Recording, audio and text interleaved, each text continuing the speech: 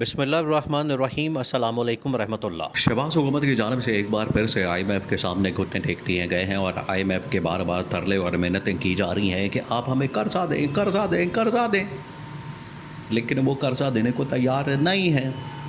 ان کی جانب سے صاف انکار کر دیا گیا ہے اور اگلے 10 سے 15 دنوں کے لیے جو ان کی جانب سے ایگزیکٹو بورڈ میٹنگ کال کی گئی ہے اس میں شہباز شریف کو یہ بتا دیا گیا ہے کہ ہم آپ کو مزید قرضہ نہیں دے سکتے۔ بہرحال انہوں نے پھر بھی ایک خبر چلا دی، انہوں نے پاکستان کے اندر ایک بیانیہ بنا دیا کہ وہ قرضہ ملنے جا رہا ہے، وہ قرضہ آ رہا ہے۔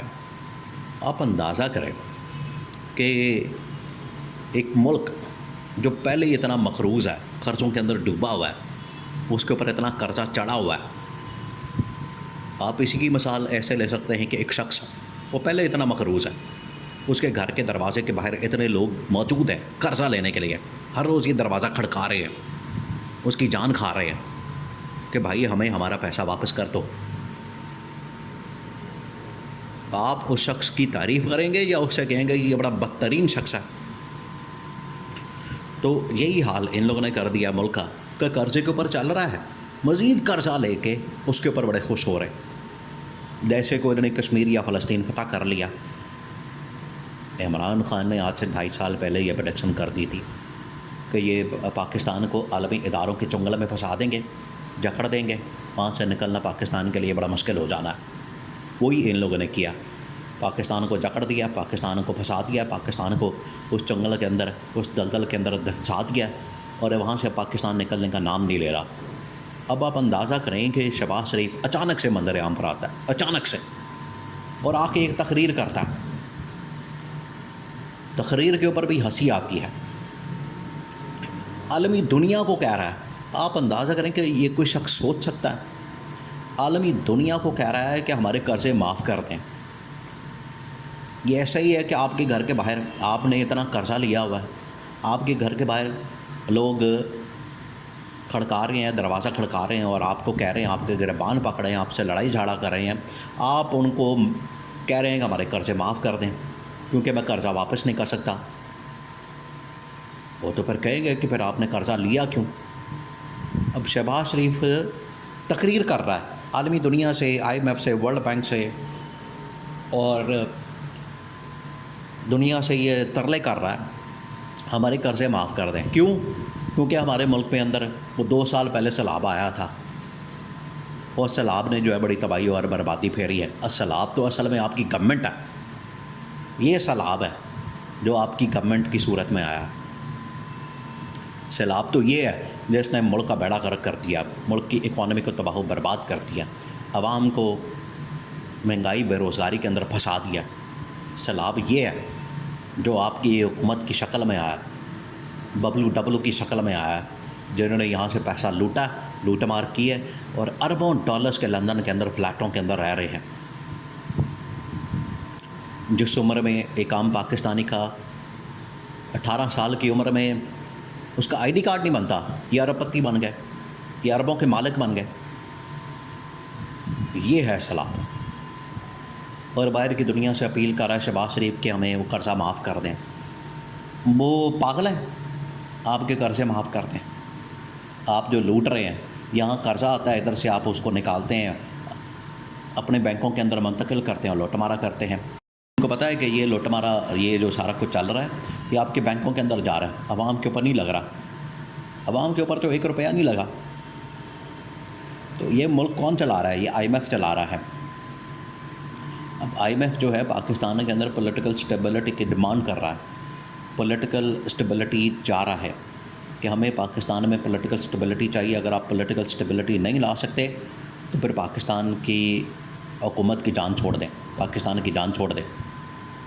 اور یہ ترلے کرنا، محنتیں کرنا، ہاتھ جوڑنا، گھٹنے ٹیکنا اور پاؤں پکڑنا، گوڈے گٹے پکڑنا، یہ تماشے بند کریں۔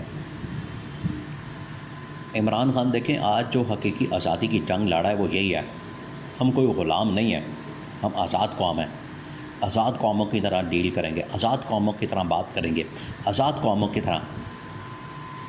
یہ نہیں کہہ رہے کہ ہم قرضہ دیں، اپنا قرضہ ختم کریں، ملک کے اندر اپنے خرچے کم کریں، اپنا لٹ مارا ختم کریں، اپنا حلوہ مانڈا ختم کریں، اپنی دیہڑیاں ختم کریں، اپنی کمیشنیں ختم کریں اور لندن کے فلیٹس بیچیں، اپنی پراپرٹیاں بیچیں اور پاکستان کو پیروں پر کھڑا کریں. نہیں، پی آئی اے بیچ دو. آپ اپنی کو مل بیچیں ہیں، دکھائیں اس ملک کو مل بیچ کے کہ یہ دیکھیں جی میں نے 100 ارب روپیہ اس اکانومی کے اندر ڈال دیا اپنی مل بیچ کے، لندن کے فلیٹ بیچ کے، لندن کی ساری پراپرٹیاں بیچ کے میں نے یہ 200 ارب روپیہ پاکستان کے خزانے کے اندر ڈال دیا ہے.